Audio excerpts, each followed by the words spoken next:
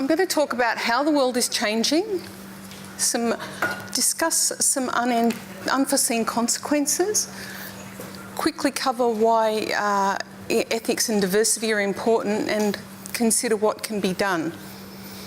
And I come to this with a 20-year plus career in corporate IT in many roles.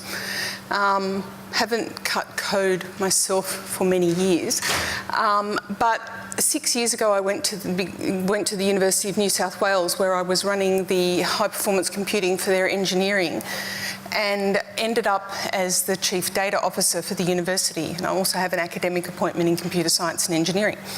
And I basically spend all my time now thinking about cybersecurity, which is a really big problem for universities and business in general.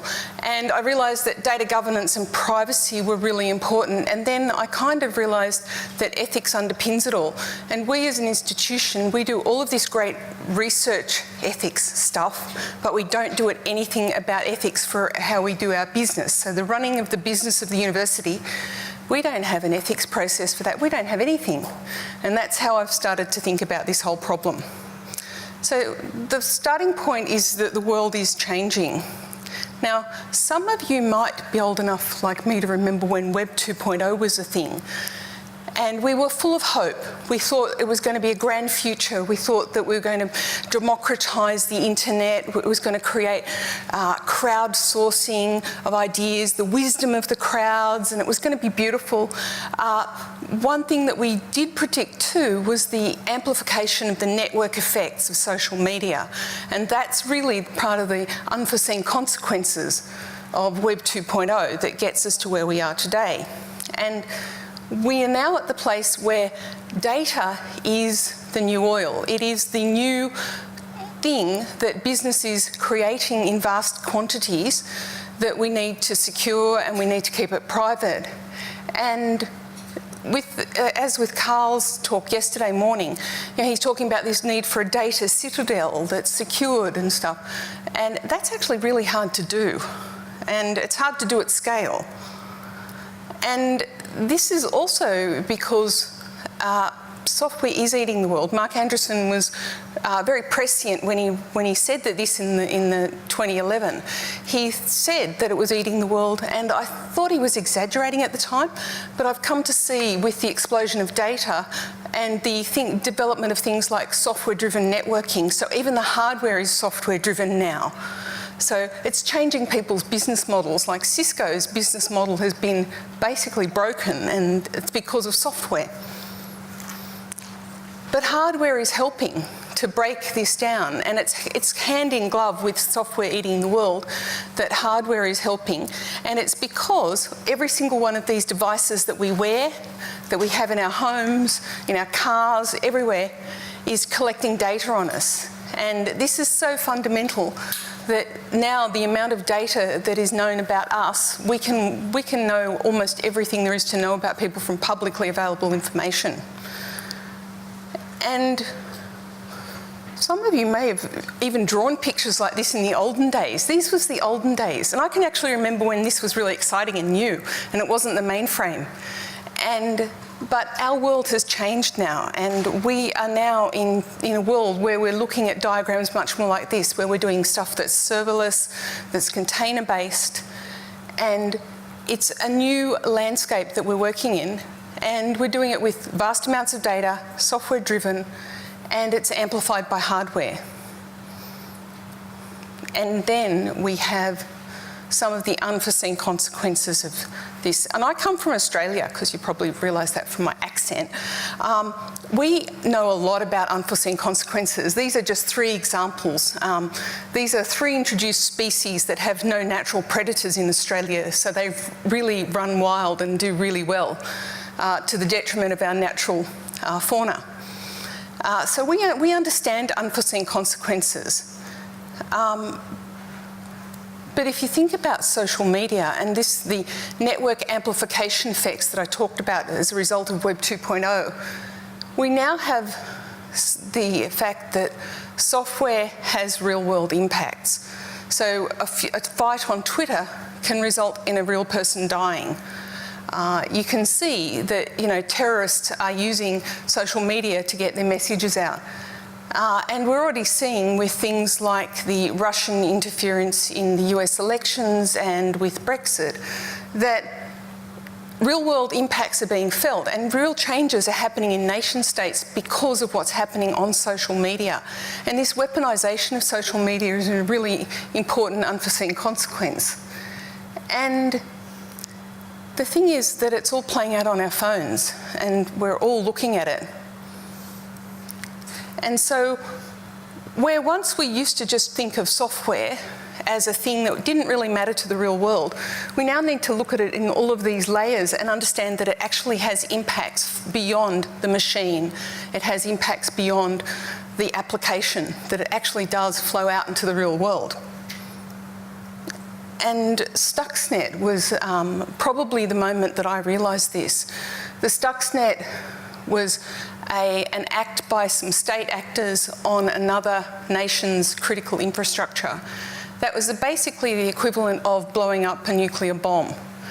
And once that was out in the wild, that's actually been reverse engineered, and now many other people are doing the equivalent things. So now we actually have a low-grade constant war between all the different nation states in the cyber realm. And this is actually important for us as developers because we're in the middle of a war and a lot of us don't realise it, don't realise that we are part of the landscape, the territory that's being fought against or fought for. And this quote from a David Sanger book talks about the problems that we in the Western world are having is we keep all of our stuff online. We keep our wealth, we keep our secrets, we keep all of these things, and we're not going to stop. It's not going to stop. It's only going to increase.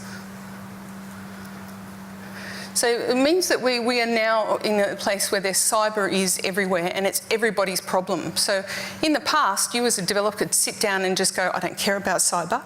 That's the cybersecurity team's problem. But now it's actually our problem and we need to actually think about that because everything's joined up now. And this is the Essential 8. This is from the Australian Signals Directorate. It's like the GCHQ here.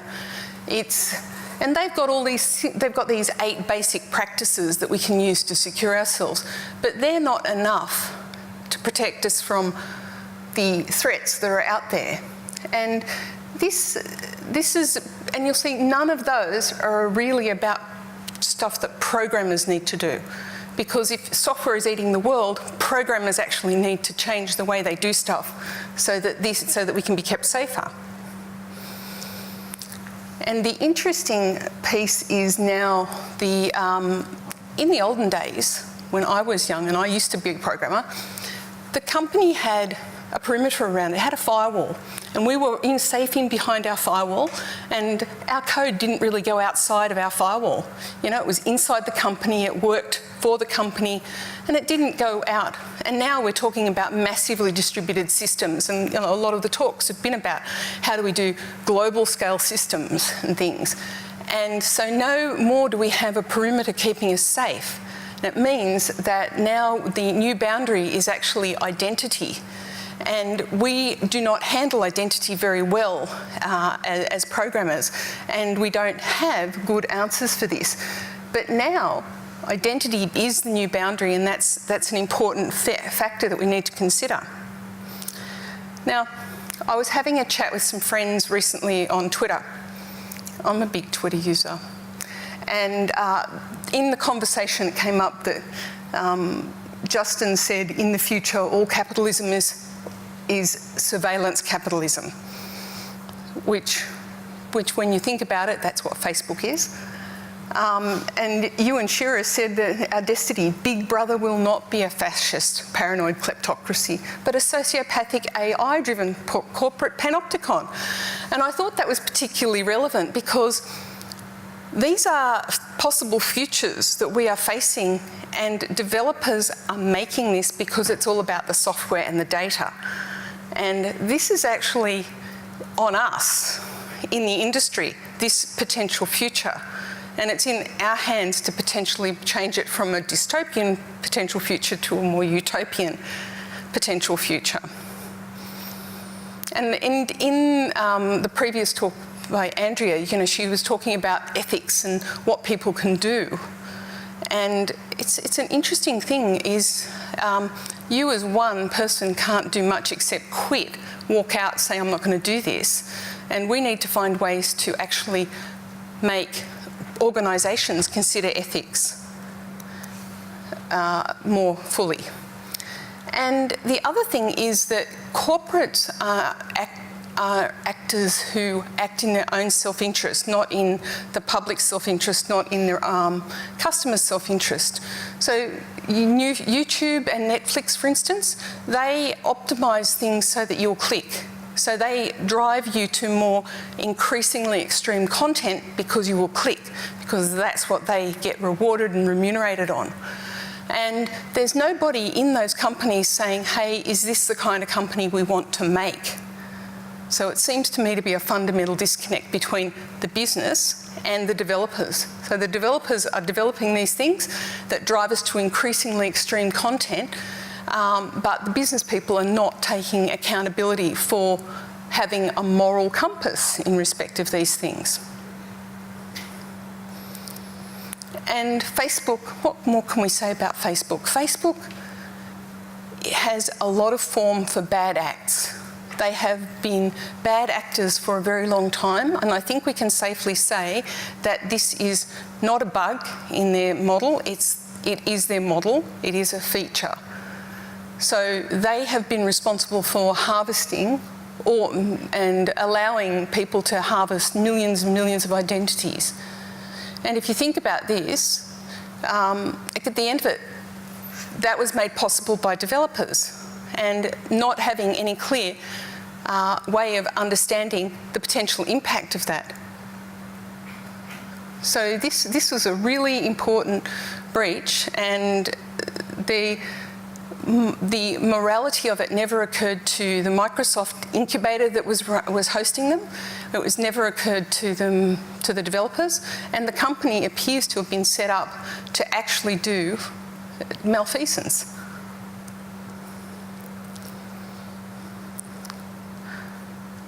So I want to just run through why this is important and why it's important to us as developers. It is fundamental to humanity. It's something machines can't do. Machines are not good at morality. They can't understand nuance yet. They can just do what they're told. And it's actually sometimes very difficult to unpack what is inherently ethical or moral or unbiased in what machines do. And I'll take you through that. So I think the three things that we need to think about are the ethics of data, and this is how we generate, how we share it, and how we record it. And thinking about secure practices for that so that it can be safely done. So if you're putting data out there and you're not encrypting it at the moment, then I really would question why you're not. If you've got it distributed around the world and you're not encrypting it, that seems to me to be a fundamental practice, just as an example. And then the ethics of algorithms. And this is a really important thing for AI and machine learning, understanding and having transparency about our algorithms. But we're getting to the stage now where we're having algorithms piled upon algorithms, so it's actually very hard for a human being to untangle all of that and understand it. So we need to find ways that we can actually unpack that. And then having practices, ethical practices for design. And design's an important part of this. It's not just development, it's the design and approaches to systems that are important. And I'll just use this example. So this is some research that was done about the trolley problem. Who's your autonomous vehicle going to kill? And they split their results into two portions. The intuitive portion, which was, things like that people tended, and this was a global survey, so they surveyed people from different cultures around the world and asked them a bunch of questions about who would they kill with their autonomous vehicle. And so You know, the ones that were intuitive were saving people over animals, young over the old, more over the few. But then some of the other ones that were slightly different, and made them troubling, was that they preferred to save women over men, executives over the homeless, the fit over the obese, and a couple of those I'm a bit ambivalent about. So this is people's opinions of this, and there's no right answer to this. You've got to kill somebody with the autonomous vehicles. You know, it's fundamental to it. No, you have to choose. Because we do this every time we drive. Every time we're on the road, we're making these judgments every minute. You know, like I have personally hit an animal rather than drive off a cliff. I did that a couple of weeks ago, and I was like, in the split second, I was like, I'm not going to turn left. That way was a cliff wall, sandstone wall. That way was a valley. That way was an animal. I ran into the animal because I didn't want to die. And we do that every day. But we're going to have to program this into the vehicles, and we're going to need to work out legal liability for all of this and stuff. So understanding this and what people think is really important. You might have seen this one in recent times. Amazon had this AI, a secret AI, and they were using it for recruiting, and it showed bias towards women. Kill surprise. And the interesting thing, though, is that there has been a counter-argument put that really it's probably no better than a human, no better, no worse than a human. And because humans bring their bias to this as well. But I want to just go into this, and there's some other research that there are more things that are behind this than you might think. So this example here is, did you know that women are more expensive to advertise to than men? So women make 70 to 80% of household purchasing decisions, therefore they're more influential, therefore they're a more expensive group to make ads for.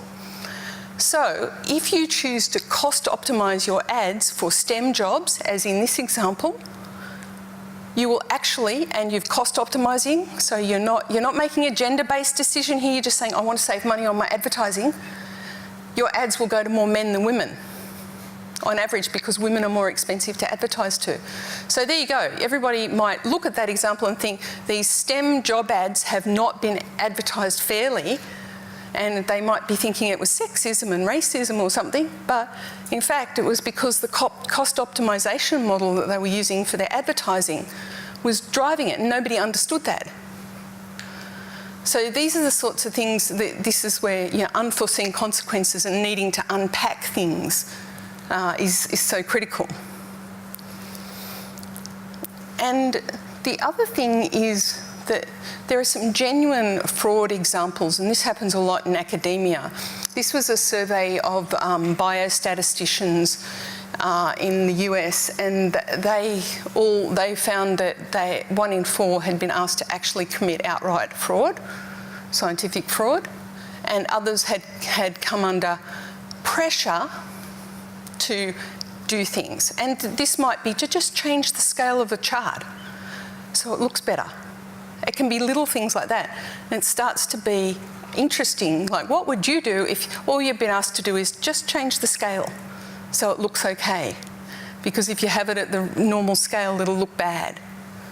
Or what do you do if somebody just wants you to, oh, we don't like that year's data, let's just drop that out of the data set? How do you manage that? And these are all the sorts of things that happen every day. And realistically, you can go to jail.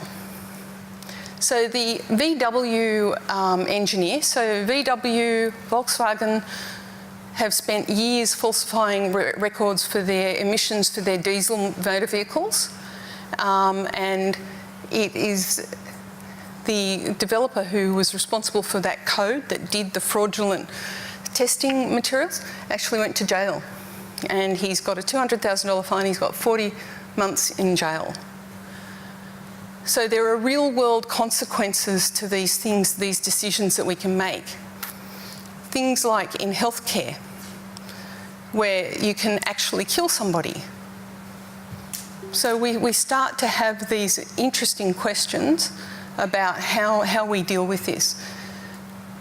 So I really do think that it's not down to the individual developer or designer. We actually need to push the responsibility further up the food chain to the business people. And business needs ethics, not just developers. Business needs ethics, and we need ethical processes to run our business with. And the same way that we have an ethics process in a university that we consider all the aspects of what we're doing, well, I propose that we actually need to do the same thing in business, and that it becomes a collaborative effort of the business people as well as the developers and designers, because if you leave it to the developers to be the last line of defence before you do fraud or you kill somebody, then that's too late. It needs to be a broader responsibility.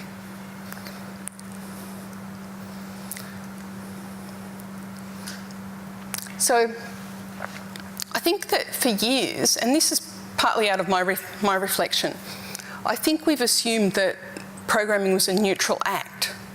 You're just writing some code. It doesn't have a value, it doesn't have anything, you know, it's just code. And in fact, it does actually have values embedded in it. It has the values of its makers and it has the values of its designers. So it is in fact value laden, and it is in fact meaningful, and it is in fact not neutral. And that's a fundamental shift in my thinking, because I used to be a developer. So I used to work for Citibank, and in the 90s, I was part of the team that built the first behavioural model. And I was a young developer, and we did this behavioural model that looked at people who were spending on their credit cards up to their limit, but paying it off every month. And what our program was doing was it was doing a 6-month rolling behavioural model, and we were offering credit limit increases to all of the people who were spending to their limit, but paying it off the minimum amount every month. Now, that's not a very ethical business practice. And I just blithely coded the model. I didn't think about the ethics of it, but when you think about it, we were selling more debt to people who couldn't already pay off their debt. And that was pretty bad. And in fact, in Australia, we were responsible for, that program was so successful for the bank that we were responsible for some government legislation that said you couldn't send out credit limit increases to credit card customers unless they'd opted in to receive them. So we were making an impact in different ways. But that, you know, I didn't even begin to think about the morality of that or the ethics of that as a business practice until years later, you know, until I was in my 40s and looking back and thinking, that wasn't really very ethical. The other thing is, and this is again a part of my reflections, is we've always assumed that the default human is a white male. And an example of this is recently we've had our toilets remodelled in our building. And I know all the architects and designers in our estates management section are all men. And I noticed something, that all the hand dryers are up here in the women's loos. And most women aren't as tall as me, so it's fine for me. So there's women there just standing on tippy toes trying to dry their hands. It's ridiculous. And it's just because that's obviously a convenient height for some people in the design team, that they really hadn't thought about their users. But all of this can be helped by having diversity in the team. So this is where diversity starts to come in, that if they had had a short person, not even a woman, just a shorter person in their team, they might have not made that design decision. And they might have actually put them at a sensible level so that everybody could use them. but I realised that my default is male. I don't know if it's white, but because I was sitting down and a bee was buzzing around me, and I was like, Mr. Bee, buzzing, get away, don't sting me. And I was like, Mr. Bee, I don't know if that's a bloke, I don't know that bee is a male, I don't know if it's female, but my default was Mr. Bee. It's just a signifier that that's part of my conditioning, and you need to think about this sort of thing. And this last one, that we would always assume that software would have no real-world impacts. I was very much, I grew up in banks, so I started working in banks and stockbroking. So pretty much, apart from the odd error in, calculating someone's interest, there was no real-world impact for what I did, I felt. And now, with all of the Internet of Things, with the medical equipment, with the implantable devices, we're now at the stage where what we're doing is so critical that we can kill people without meaning to. And it really does have real-world impacts. So I used to think that, that the only time you would actually kill someone was when you were working on something like an avionics system that was going to shoot at other people, or, that sort of thing. But now, everything that we do can actually have that real-world impact.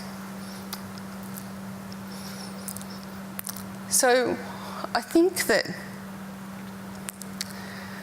the important thing to realise is technology doesn't have ethics, people do. And we need to actually be starting to think about how do we bring inclusiveness into our teams so that we can actually build out the teams. Technology inherits the biases of its makers. So if there isn't a diverse team, you will not be inclusive of all of the perspectives of your customer group. And that's really important. And diversity and formal mechanisms. Today, there's been a lot of talk about formal methods for design specifications and stuff. We need to find ways to actually embed things like diversity into formal methods so that it becomes part of the design considerations, so that we're actually designing in diversity.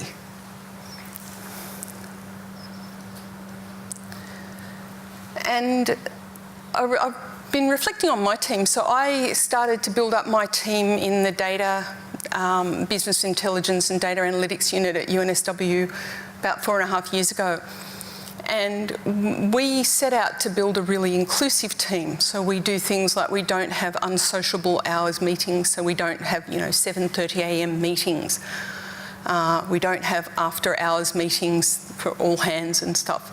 So we try to be very inclusive. And looking back at our hiring after 4.5 years, we've actually got a real diversity of people. We've got people from different genders, different sexual orientations, different religions, different ethnicities. And we didn't set out to get them. We just found ourselves, look around and go, oh, there's a really diverse team. But we think, we've been talking about it at work a lot, and we think it was the inclusiveness that drove the diversity. So we didn't hire specifically for diversity. We did some simple things like running our job ads through a checker that found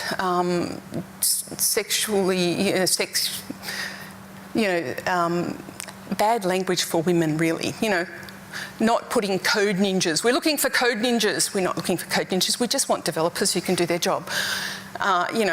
So taking all of those things out that women don't apply for. We just know statistically if a woman sees a job for a code ninja, she won't apply for it, pretty much. So stripping out all of that language has really been helpful to broaden out the pool. And we've also had gender equity on the panels. So we have gender and we also have outsiders. We're worried about groupthink because we all spend so much time together, we might start thinking the same. So we bring some people from outside, from industry or from other universities in to sit on our recruitment panels. And that's really interesting because they often look for different things. And I just want to taking this back to AI, the whole thing with diversity is we need to be actually thinking about this diversity in teams, otherwise we'll probably find that the AI that we're building will be biased. We're not going to get rid of bias, we can't, but we've got to be conscious of it and question it. So what can be done? I think that we need some new approaches, and I think that for design and development of hardware and software, I'm onto my second IoT hardware startup at the moment, and in the first one, we developed an Internet of Things connected light, and we didn't really think about security about this, and we realised that the device, the controller for the light, had an accelerometer and a full Linux computer in this little tiny box, and we realised that we could actually work out not just where it was in latitude and longitude, but we could work out where it was in a house. So we could work out what room someone was in their house, and that was we hadn't planned that, we didn't want that, but we kind of did it anyway. If we'd had a more formalised way to think about the design of it, a more structured way, and to approach that, we might have thought about other ways of doing that. But yeah, so we ended up, we just didn't tell anyone we had that data, but we had quite detailed data on our users. And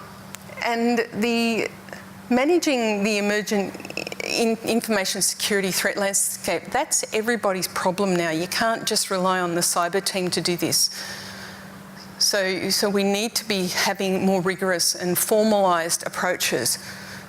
So I think that that's probably a big takeaway for me, because I've always resisted formal methods in business. Like, it's all very well in academe, but when I'm doing real work in real companies, I've always resisted that. But I see now that we need to find easier ways to apply formal methods to these sort of things.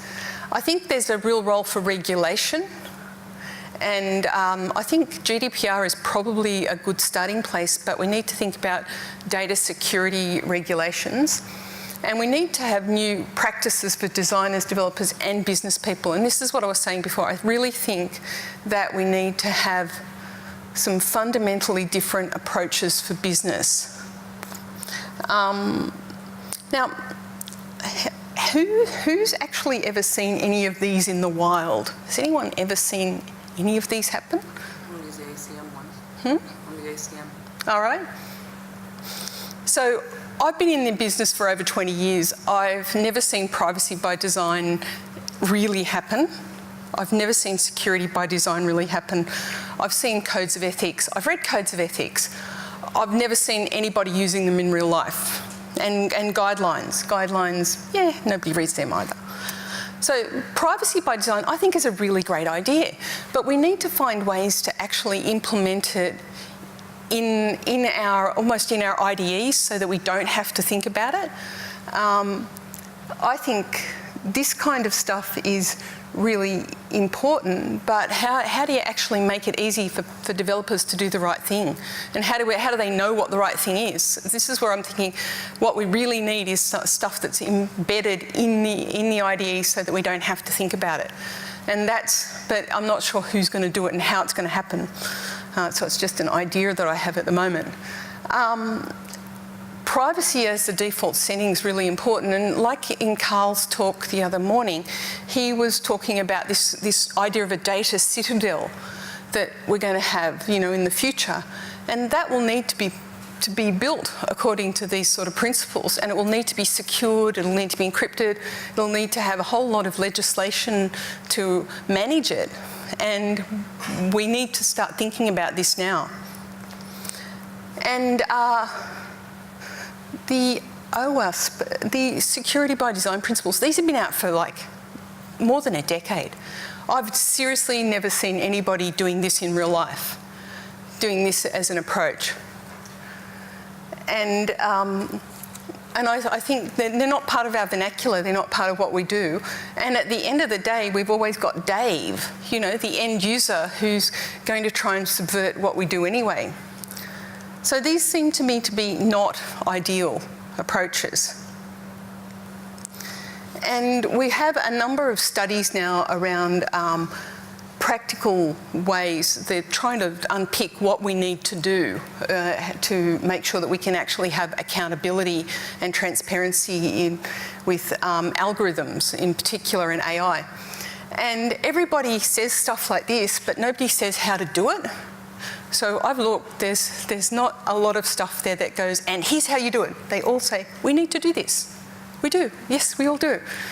But there's no simple, here's a checklist, or here's a thing, or there's no utilities out there to help us do this. So this I see as a real problem.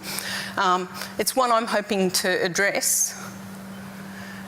This is the findings of this one, and they talk about things like agencies should conduct a self-assessment of existing and proposed automated decision systems. They should develop meaningful external research or review. All it just says to me is that's expensive. That's expensive and time-consuming. Nobody's going to do that. In real life, nobody will do that. Agencies might, because they love to tick the boxes. You know, the EU, you guys aren't going to be in the EU anymore anyway, but, you know, they like to tick their boxes. So this doesn't seem entirely practical. It's good-hearted. It's a sensible sort of thing, but it's not entirely practical. And then we've got the House of Lords have actually been doing some really good stuff on AI, and they've been thinking about this, and they've got some really good principles, you know, common good and benefit of humanity, principles of intelligibility and fairness and all of this stuff. It's all very admirable. How do you do it? There's no guidance, none whatsoever. So to a certain extent, we need to work out ways of doing this, and it can be really problematic. So we actually had one of our PhD candidates who had to go back and rework all of their PhD work because they had a fundamental problem with one of their algorithms right early on in their project, and they were like 3 years into it and realised that. And you know, so you don't want to be like that. So these are going to be really interesting things to work out how to do, and to make them easy enough that people will actually do them, because you don't want it to be like the OWASP security by design principles. So one thing that I think is really good, this is a US approach.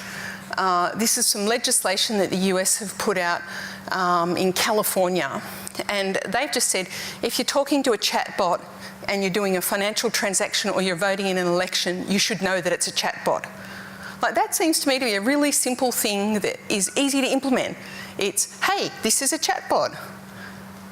It's easy, you can work out what's happening. So I think we're going to need some more legislation that's like that, that's that simple and easy to implement and easy to work out how to do it than otherwise. The UK government has been doing a lot of work around guidelines for IoT security. I've been reading these for my startup. And the amusing thing for me is they've released this guidance, and it's basically the open web application security principles from a decade ago. So it's just restating the things, but again, they're not easy to do, and they're not going to make it any easier for us to do. So this is one thing that I think is possibly the way to go. It's not an elaborate process. So this is actually an ethics canvas that is based on the Lean Business Canvas and the Business Model Canvas. And it takes you through a simple series of questions, and is a fairly straightforward way to have an ethical lens over what you're doing before you do it. So we're actually piloting this in my group at the moment for all of our new projects. And we're just going through the questions, and we're doing it on a whiteboard. We just put it up on a whiteboard and we do it. And if there are any ethical flags, then we can actually try to address them. So this seems to me to be the kind of thing that is potentially more useful than all that other stuff, because it's simple. So that is one thing that I'm thinking. So, to recap, data's the new oil. Software is eating the world. Hardware is helping it. Weaponization of social media shows us the power of unintended consequences and the absolute power of network amplification effects, which is a business model for someone. Cyber is now everyone's problem, so we need to take into account that, and we need to build in ethics and build in diversity in teams. So that's where I've got to. I don't have all the answers, but I've got a lot of questions. Anyway, thank you.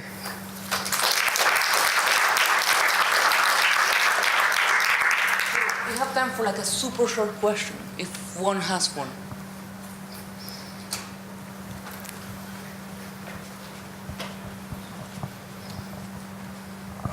Hello, thank you for the talk. You mentioned Facebook and its maybe unethical practices, but what is your take on government surveillance and the practice of whistleblowing? In what sense? On ethics, whether it's like whether whistleblowing can be considered ethical, because after all it reveals to the people what the government knows about them, but on the other hand it may expose some vulnerabilities.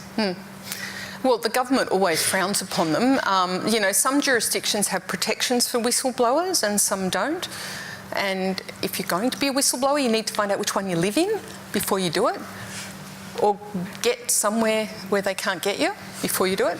But I think that we are very grateful to whistleblowers. Like, we only know stuff because of them, but I'm not sure I would want to be one. And you know, even in Australia, we've pilloried whistleblowers, and we have legal protections for whistleblowers. So it's not always an easy path to tread. Sadly, we don't have more time, so thank you very much. Thank you for an amazing talk. And